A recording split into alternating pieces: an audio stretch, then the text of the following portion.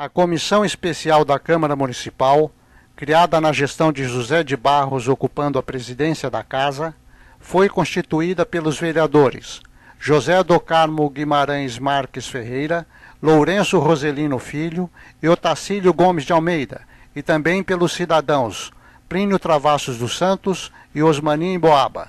A primeira reunião da Comissão Especial se realizou às 16 horas do dia 20 de junho de 1952 no Legislativo Municipal, na qual foi lida e apresentada a transcrição da palestra com o título A Fundação de Ribeirão Preto, que Plínio Travassos dos Santos havia apresentado no Centro de Debates Culturais no dia 9 daquele mês. Osmani Emboaba, que já tinha conhecimento do teor daquela palestra, apresentou uma contestação às afirmações de Plínio Travassos dos Santos, atacando 10 pontos principais e qualificando-os como presunções. A contestação quase que ofensiva de Osmani Emboaba aqueceu e criou certa tensão na discussão, que mereceu uma réplica à altura de Plínio Travassos dos Santos. Com o impasse estabelecido e o acirramento das posições, terminou a primeira reunião sem nenhum progresso ou solução.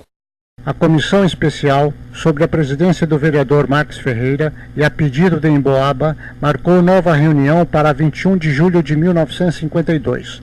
Ao contrário da anterior, foram convidadas mais de 40 personalidades e autoridades locais, além de 8 entidades profissionais, várias instituições de ensino, a imprensa local falada e escrita, além de ser uma reunião aberta ao público.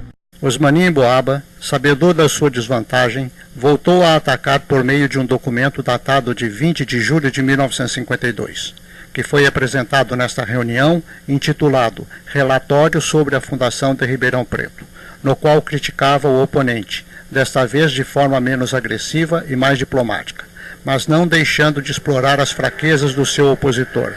Habilmente lembrou o erro confessado por seu adversário no passado, numa tentativa de provocar descrédito, mas principalmente desenvolveu a orientação desse relatório no sentido de expor as fragilidades e inconsistências da posição adversária. Após Emboaba terminar a leitura do seu trabalho, Santos evidentemente fez uma defesa verbal e adotou uma atitude que mais tarde iria se virar contra ele. Aproveitou-se do seu relacionamento com o Instituto Histórico e Geográfico de São Paulo, do qual era membro, e submeteu os textos da primeira reunião, a transcrição da palestra no Centro de Debates Culturais e a contestação do Emboaba, à apreciação dos membros daquele instituto. Como resultado, obteve cartas de célebres e destacados membros daquela instituição, apoiando e ou elogiando o seu trabalho ou conduta. Passou a explorar essas cartas para enaltecer o seu estudo. Apesar da opinião desses ilustres cidadãos não representar parecer habilitado para julgar a história local, Santos estava usando a reputação e notoriedade desses ícones em benefício de sua proposta. Esse talvez tenha sido seu principal erro na condução da sua defesa, pois ao envolver a notabilidade de estranhos na apreciação de uma questão local, criou um precedente que permitiu a mudança da qualificação para julgar essa história. Essa grande reunião não produziu os resultados desejados pela Comissão Especial da Câmara Municipal, no sentido de consolidar uma consulta pública que pudesse apontar para uma decisão entre as alternativas existentes. Ao contrário, a decisão distanciou-se ainda mais. Imobilizada pela falta de conhecimento mais abundante e preciso, a Comissão Especial em crise e novamente a pedido de Emboaba, resolveu realizar outra reunião futuramente sem data marcada. A terceira reunião ocorreu em 2 de outubro de 1952. Osmani Emboaba, que até então tinha apresentado somente contestações, apresentou o seu trabalho intitulado História da Fundação de Ribeirão Preto e, finalmente, passou a defender a data de 19 de junho de 1856 como a data de fundação da cidade. Seu estudo de grande fôlego perseguia uma trilha documental da constituição do patrimônio de São Sebastião do Ribeirão Preto, com farta documentação, documentos inéditos e uma apresentação mais sistemática e metódica que o seu opositor, robusteceu a defesa do ano de 1856. Plínio Travassos dos Santos fez uma contestação verbal e o impasse perdurava quando um dos presentes, o professor Zeferino Vaz, diretor da Faculdade de Medicina de Ribeirão Preto, sugeriu que o caso fosse submetido à apreciação de historiadores da Universidade de São Paulo, o que foi aceito por Santos e pela comissão. Entretanto, Emboaba solicitou prazo indeterminado para desenvolver melhor o seu estudo, comprometendo-se a fazê-lo em poucos dias. O rumo tomado pelo encaminhamento das decisões tinha mudado substancialmente.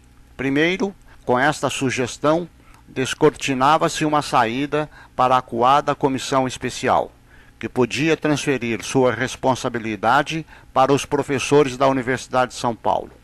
Segundo, o que esta sugestão propunha era a adoção da habilitação intelectual formal, em que o status intelectual formal entrava como o novo critério de credenciamento para julgar este saber, este conhecimento local.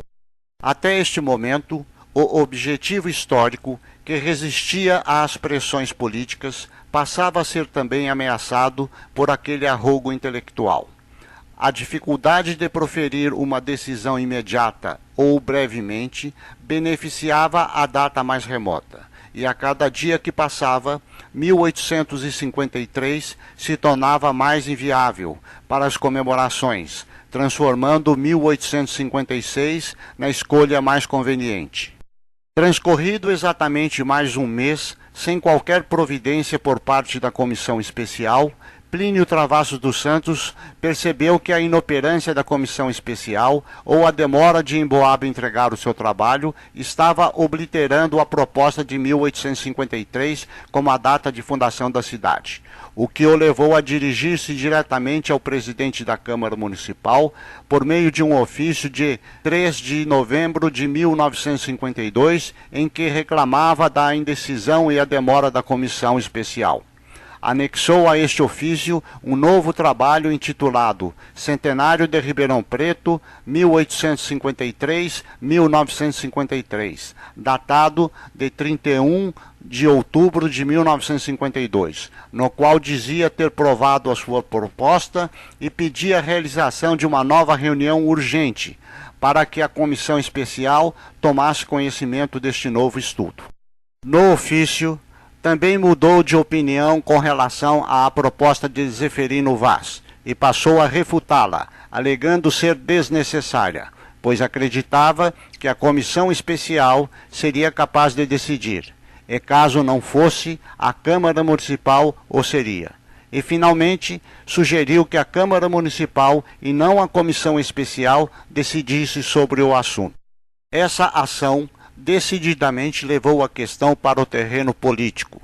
Pode-se deduzir que Santos, não confiando mais numa decisão com base em fatos históricos por parte da comissão especial e ou temendo que esta transferisse a avaliação para os professores da USP, tentou levar a discussão para um fórum mais amplo, o da Câmara Municipal, o que agravou ainda mais a crise da comissão especial, que acabou não se reunindo mais no ano de 1952. Transcorridos os meses de novembro e dezembro, sem nenhuma providência a respeito, o assunto agora tinha migrado do espaço público para os corredores políticos, onde se evitavam as discussões abertas, protegendo a comissão especial.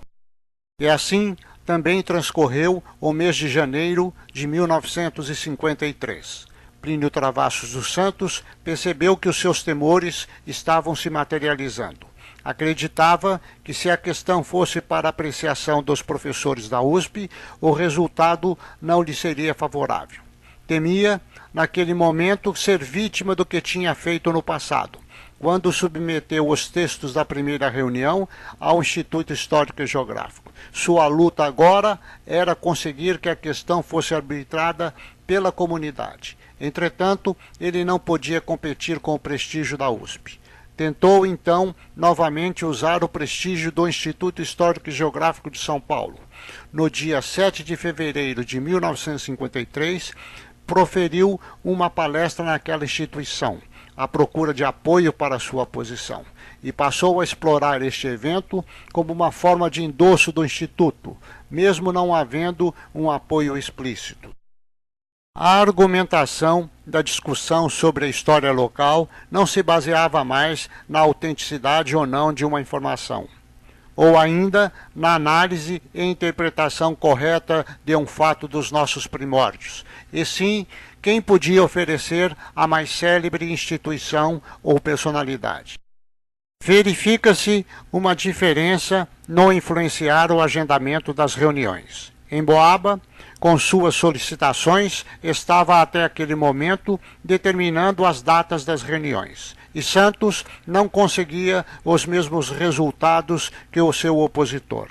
Foi preciso entrar em cena um novo personagem nessa disputa que se consolidou com o caráter francamente político. Desta vez, foi a Academia Ribeirão-Pretana de Letras que reage contra o rumo excludente da participação da comunidade no julgamento do impasse. Por meio de ofícios com o mesmo teor, datados de 19 de fevereiro de 1953, dirige-se ao prefeito municipal, Câmara Municipal e Comissão Especial, informando que, por deliberação resultante de Assembleia Interna, a Academia havia concluído que a cidade foi fundada em 28 de março de 1853. A Academia tentou também envolver toda a Câmara Municipal, que passou a ser presidida por Domingos Cêntola, e também o prefeito municipal da época, Alfredo Condeixa Filho, que até então não tinha se manifestado a respeito.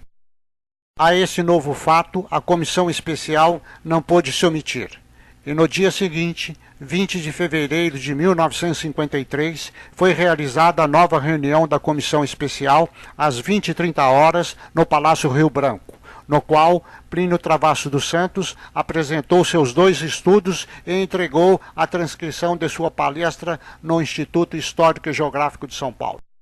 Já tinha iniciado março de 1953, mês proposto para a comemoração do centenário pelo grupo que defendia a data de 1853, e nada estava resolvido até o dia 6, quando Emboaba entregou o seu trabalho, que foi apresentado como uma cópia do original que estava no prelo, ou seja, planejava uma publicação independente de qual a alternativa fosse escolhida, o que, de certo modo, pressionava a comissão especial, pois sua posição seria de conhecimento público por meio de um livro.